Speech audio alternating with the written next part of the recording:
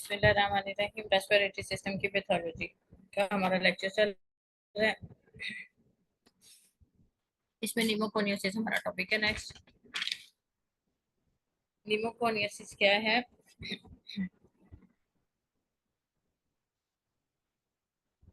Asbestosis. Pneumoconiosis हम उसे कहते हैं कि कोई एनवायरमेंटल मटेरियल आता है जो लंग्स को डिस्टर्ब करता है, उसके फंक्शन को इंटरप्ट करता है, उसके स्ट्रक्चर को चेंज करता है। इसको हम कहते हैं कि इस पेशेंट को निमोकोनियोसिस है।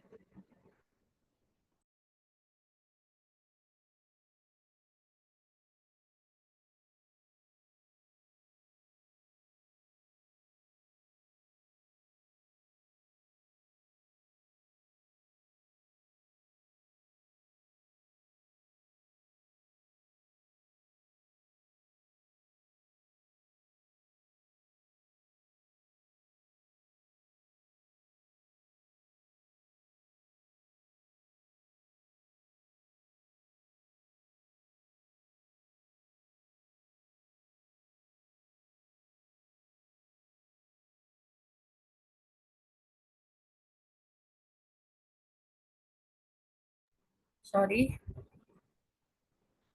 इसमें निमोकोनियासिस के लिए सब्सटेंसेस कौन से आ जाते हैं? एस्बेस्टॉस आ जाता है। उसके अलावा सिलिका, कोलबेरीज आ जाती हैं। अब उसने याद करने के लिए ये बताया कि एस्बेस्टोसिस इज फ्रॉम रूफ, यानी कि एस्बेस्टॉस कहाँ पे होता है? रूफ के मटेरियल में। रूफ की इंसुलेशन के लिए जो मटेरियल यूज होता है उसमें एस्बेस्टॉस होता है। बट इफेक्ट्स बेस, यानी कि लोअर लोब्स को इफेक्ट करता है। ये उसने निमोनिक दिया है। याद करने का तरीका है कि एस्बेस्टॉस रूफ में होता है, लेकिन वो रूफ से नीचे गिरता है और वो किसको इफेक्ट करता है? बेस को, लोअर लोब्स को इफेक्ट करता है। सिलिका, कोलबेरीज, ये आर फ्रॉम कहाँ पे होते हैं? बेस ऑफ अर्थ पे होते हैं। ये ग्राउंड पे होते हैं, जमीन पे होते हैं, और ये जब उड़ते हैं तो ये छत को जाके लगते हैं और रूफ को, अपर लोब्स को इफेक्ट करते हैं। एस्बेस्टॉस करवाता है क्या? एस्बेस्टॉस रिलेटेड डिजीज में क्या चीज आ जाती है? Asbestos causes asbestosis, pulmonary fibrosis, pleural disease, malignancies. ये यानी कि पल्मोनरी फाइब्रोसिस भी करवाता है, साथ में प्लूरल डिजीज और मैलिग्नेंसीज। एसोसिएट किसके साथ करता है? Ship building, roof, plumbing. अभी मैंने ये बताया। इसका ये बहुत इंपॉर्टेंट है क्योंकि उसने सिनेरियो में ये चीज एज अ हिंट दी हुई होती है कि शिप बिल्डिंग, रूफिंग या प्लम्बिंग काम कर रहा है और उसमें पेशेंट को ये सिम्टम्स आना शुरू हो गए हैं। Ivory white, calcified, supra diaphragmatic, pleural plaques are pathognomonic. और दूसरा पार्ट इंपॉर्टेंट है कि आइवरी व्हाइट इसमें कैल्सिफाइड होते हैं, आइवरी व्हाइट कैल्सिफाइड होते हैं, और इसमें सुप्रा डायफ्रैग्मेटिक क्या चीज होती है? सुप्रा डायफ्रैग्मेटिक एंड प्लूरल ब्लैक्स बनते हैं। अब क्वेश्चन में ये भी इसमें पैथोजेनिक जिनोमिक उसने मेंशन किया होता है कि पेशेंट को प्लूरल फ्लैक्स नजर आ रहे हैं, ये सुप्रा डायफ्रैग्मेटिक फ्लैक्स हैं, और उसमें कैल्सिफाइड आइवरी व्हाइट फ्लैक्स हैं। ये इन तीनों में मेंशन किया होगा। दूसरा सिनेरियो में हिंट होता है, उसने रूफिंग, प्लम्बिंग या शिप बिल्डिंग का मेंशन किया हुआ होता है। रिस्क फैक्टर इसमें क्या होता है? इसमें रिस्क होता है ब्रोंकोजेनिक कार्सिनोमा का, और ज्यादा रिस्क इसका होता है ब्रोंकोजेनिक कार्सिनोमा का, उसके बाद मेसोथेलियोमा का होता है। इंक्रीज रिस्क होता है कैप्लान सिंड्रोम का। कैप्लान सिंड्रोम के का क्या मतलब है कि rheumatoid arthritis and pneumoconiosis along with उसके क्या चीज होती है? इंट्रापल्मोनरी नोड्यूल्स होते हैं। तो इसमें rheumatoid arthritis, pneumoconiosis, intrapulmonary nodes साथ मेंशन हो, तो ये इसे कैप्लान सिंड्रोम कहते हैं, और इसका रिस्क इंक्रीज होता है एस्बेस्टॉस रिलेटेड डिजीज में। अब उसने मेंशन किया हुआ था कि एक पेशेंट है, वो रूफिंग में काम करता है, ये प्लम्बिंग का काम करता है। हमें उसके प्लेक्स नजर आए, सुप्रा डायफ्रामेटिक प्लूरल प्लेक्स नजर आए हैं, उसमें पेशेंट में रूमेटॉइड आर्थराइटिस के उसके सिम्टम्स दिए हमें। तो इसमें पेशेंट के कौन से लंग लोब्स इन्वॉल्व होंगे? पेशेंट के लोअर लंग लोब इन्वॉल्व होंगे। और इसमें कार्सिनोमा, किस कार्सिनोमा के ज्यादा रिस्क फैक्टर होंगे? ब्रोंकोजेनिक कार्सिनोमा के ज्यादा रिस्क होंगे मेसोथेलियोमा के रिस्क। उसके बाद एस्बेस्टोस में ferruginous bodies are golden brown fusiform rods resembling dumbbells found in the alveolar sputum sample. जब हम एल्वुलर स्पुटम सैंपल लेके उसको अगर विजुअलाइज करें, कौन से स्टेन में, पर्शियन ब्लू स्टेन में विजुअलाइज करें, तो हमें क्या नजर आता है? एस्बेस्टोस फ्लोरोजेनियस बॉडीज नजर आती हैं, जो होती क्या है कि गोल्डन ब्राउन फ्यूजिफॉर्म रॉड्स होते हैं, डंबल शेप में होते हैं। ठीक है, और ये हमें मिलते कहाँ से? जब हम ब्रोकियो एल्वुलर लिवाज ब्रोकियो एल्वुलर लिवाज करते हैं, देन तभी हमें एल्वुलर स्पुटम सैंपल मिलता है, और एल्वुलर स्पुटम सैंपल में asbestos bodies, golden brown fusiform rods नजर आते हैं, और इसमें इंक्रीज चांसेस होते हैं प्लूरल फ्यूजन के। उसके बाद है ब्रिलियोसिस। ब्रिलियोसिस में associated with exposure to the beryllium in the aerospace and manufacturing industries. अब एरोस्पेस यानी कि स्पेस की जितनी चीजें हैं उसमें ब्रिलियम यूज होता है। जो पर्सन बेरिलियम इंडस्ट्री में काम करता है, एरोस्पेस में या मैन्युफैक्चरिंग इंडस्ट्री में काम करता है, वहाँ उस पेशेंट को बेरिलियोसिस हो सकती है। बेरिलियोसिस के कौन से लोब्स को इफेक्ट करती है? अपर लोब्स को इफेक्ट करती है। इसमें ग्रैनुलोमेटस नॉन केजेटिंग ग्रैनुलोमा बनते हैं हिस्टोलॉजी पे जो हमें मिलते हैं, और ये रिस्पॉन्सिव किसके होते हैं? ग्लूकोकार्टिकाइड की रिस्पॉन्सिव होती है। इसमें जो मोस्ट इंपोर्टेंट पॉइंट है कि इसमें ग्रैनुलोमेटोसिस होती है और वो नॉन केजेटिंग ग्रैनुलोमास होते हैं। उसके बाद कोलवर्कर न्यूमोकोनियोसिस है। इसमें जो सबसे इंपॉर्टेंट है ना, वो मतलब वैसे तो ये सारी न्यूमोकोनियोसिस इंपॉर्टेंट है पूरे इसमें, लेकिन इसमें एस्बेस्टोस से ज्यादा क्वेश्चन आते हैं, कोल वर्कर और सिलिकोसिस से ज्यादा आते हैं। और इसमें जो अगर नॉन केजेटिंग ग्रैनुलोमा, और साथ में उसने मेंशन किया हो कि एरोस्पेस शिप में वर्क करता है एक पेशेंट और उसको सिम्टम्स आ रहे हैं, अपर लोब इफेक्ट हमें नजर आ रहा है उसके एक्सरे पे, और हिस्टोलॉजी में हमें नॉन केजेटिक ग्रैनुलोमा मिले हैं, तो देन फैक्टर क्या इसमें इंक्लूड होगा, या रिस्क क्या किस चीज से होगा? ये बेरिलियम से होगा, ये बेरिलियोसिस उस चीज को कहते हैं।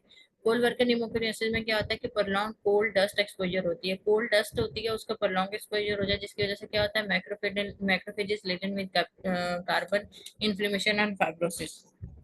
कि जब कोल्ड डस्ट से प्रॉन्ग एक्सपोजर रहता है तो मैक्रोफेजेस क्या करते हैं? मैक्रोफेजेस कोल्ड डस्ट में जो कार्बन होती है उसको इनगल्फ करते रहते हैं, तो मैक्रोफेजेस लेटेंट कार्बन होते हैं, और इससे क्या होता है नेक्स्ट? इससे इन्फ्लेमेशन और फाइब्रोसिस हो जाती है। इसे ब्लैक लंग डिजीज भी कहते हैं, क्योंकि मैक्रोफेजेस लेडेन कार्बन जो होती है ये ब्लैक हमें नजर आना शुरू हो जाती है, और इसमें भी कैप्लान सिंड्रोम का रिस्क ज्यादा हो जाता है। ये भी अपर लोब को इफेक्ट करती है। स्मॉल सराउंडिंग नोडुलर ओपेसिटीज हमें नजर आती है इमेजिंग पे। एंथ्राकोसिस क्या है? एसिम्प्टोमेटिक कंडीशन है found in many urban developers associated to the sooty air. Anthracosis एक कंडीशन है, इसमें भी ब्लैकिश लंग हमें नजर आते हैं, लेकिन ये एसिम्प्टोमेटिक है, और इसमें अर्बन डेवलपर्स यानी कि सूटी एयर में रहने वाले पेशेंट्स को ये चीज होती है। इसमें अब इसमें इंपॉर्टेंट पॉइंट इसके ये उन्होंने दिया हुआ था, कोल वर्कर का साथ मेंशन किया हुआ, कार्बन की हिस्ट्री मेंशन की होगी, कोल एक्सपोजर का मेंशन किया हुआ होता है, और अपर लोब इफेक्ट होते हैं। सिलिकोसिस में एसोसिएटेड किसके साथ साथ होता है? सिलिकोसिस में associated with sand blasting foundries and mines. यानी कि सिलिकोसिस में की हिस्ट्री में कि एक वर्कर है वो माइंस में काम करता है, देन उसको सिम्टम्स आते हैं। कौन से सिम्टम्स आते हैं? उसमें एग शेल कैल्सिफिकेशन होती है, हाइलर लिम्फ नोड हमें नजर आती है चेस्ट एक्सरे पे, और अपर लोब्स इन्वॉल्वमेंट होती है। तो कौन से इसमें रिस्क किस चीज का है, किस चीज काज क्या है? इसमें सिलिकॉन काज है, सिलिकोसिस काज है। तो इसमें अभी पढ़ते हैं, इसमें होता क्या है कि associated with sand blasting foundries mines, इसमें होती है macrophages respond to the silica, यानी कि मैक्रोफेज सिलिका को रिस्पॉन्ड करते हैं, फाइब्रोजेनिक फैक्टर रिलीज होते हैं। जब फाइब्रोजेनिक फैक्टर मैक्रोफेजेस से रिलीज होते हैं तो फाइब्रोसिस होती है। It is thought that the silica may disrupt the phagolysosome and impair the macrophages। तो इसमें ये कहा जाता है कि नॉर्मली ये होता है सिलिका फाइब्रोजेनिक, जो मैक्रोफेजेस होते हैं सिलिका को इनगल्फ करके फाइब्रोजेनिक रिस्पांस कहते हैं। अब उन्होंने क्या है कि सिलिका क्या करता है? फेगोलाइसोसोम सिलिका कैसे फाइब्रोजेनिक्स करवाता है? उसने ये कहा है कि सिलिका डिस्टर्ब करता है फेगोलाइसोसोम को, यानी कि फेगो लाइसोसोम ने जो फेगोसाइटोस करना होता है, सिलिका को इनगल्फ करके उसको डिस्ट्रॉय करना होता है, वो सिस्टम में डिस्टर्ब हो जाता है। सेल के अंदर आपको पता है लाइसोसोम होते हैं, जो लाइसोसोम होते हैं वो फॉरेन बॉडी के फॉरेन एजेंट को ज्यादा सेल के अंदर डिस्ट्रॉय कर देते हैं ताकि बाहर रिएक्शन ना हो। अगर उस फेगोलाइसोसोम के मैकेनिज्म को डिस्टर्ब कर देता है सिलिका, तो क्या हो जाता है? इम्पेयर मैक्रोफेजेस हो जाते हैं, जिसकी वजह से increase susceptibility to the TB. ये इसका इंपॉर्टेंट पॉइंट है कि सिलिका का अगर इन्फेक्शन हो तो देन पहले उसको फाइब्रोसिस होती है, लेकिन अगर उसके साथ ही उसको पेशेंट को रिस्क किस चीज का होता है, ससेप्टिबिलिटी किस चीज की हो जाती है? टीबी के इन्फेक्शन की। क्यों हो जाती है? क्योंकि सिलिका एक तो मैक्रोफेजेस सिलिका को इनगल्फ कर लेते हैं, लेकिन कुछ टाइम बाद क्या होता है कि जो फेगोलाइसोसोम सिस्टम है, उसके डिस्टर्ब करने वाला सिस्टम है, उसको डिस्ट्रॉय करने वाला सिलिका को, वो इम्पेयर हो जाता है, और मैक्रोफेजेस इम्पेयर हो जाते हैं। जब वो सिस्टम इम्पेयर हो जाता है तो मैक्रोफेजेस किसी काम के नहीं रहते। मैक्रोफेज ने क्या करना होता है? टीबी का जब भी बैक्टीरिया आता है तो टीबी के बैक्टीरिया को डिस्ट्रॉय करते हैं, अगर ना भी डिस्ट्रॉय हो तो उसको ग्रैनुलोमा उसके अराउंड में बना देते हैं ताकि वो पूरी बॉडी में इन्फेक्शन स्प्रेड ना हो। लेकिन अगर मैक्रोफेजेस ही काम नहीं कर रहे तो अगर टीबी का वायरस बैक्टीरिया आया भी है, जब टीबी का बैक्टीरिया आया भी है, ट्यूबरकुलोसिस आया भी है, तो मैक्रोफेजेस होंगे ही नहीं उसको उसको डिस्ट्रॉय करने के लिए, उसके सराउंडिंग में ग्रैनुलोमा बना के उसको बॉडी में स्प्रेड होने से बचाने के लिए। इसलिए इंक्रीज ससेप्टिबिलिटी हो जाती है टीबी की।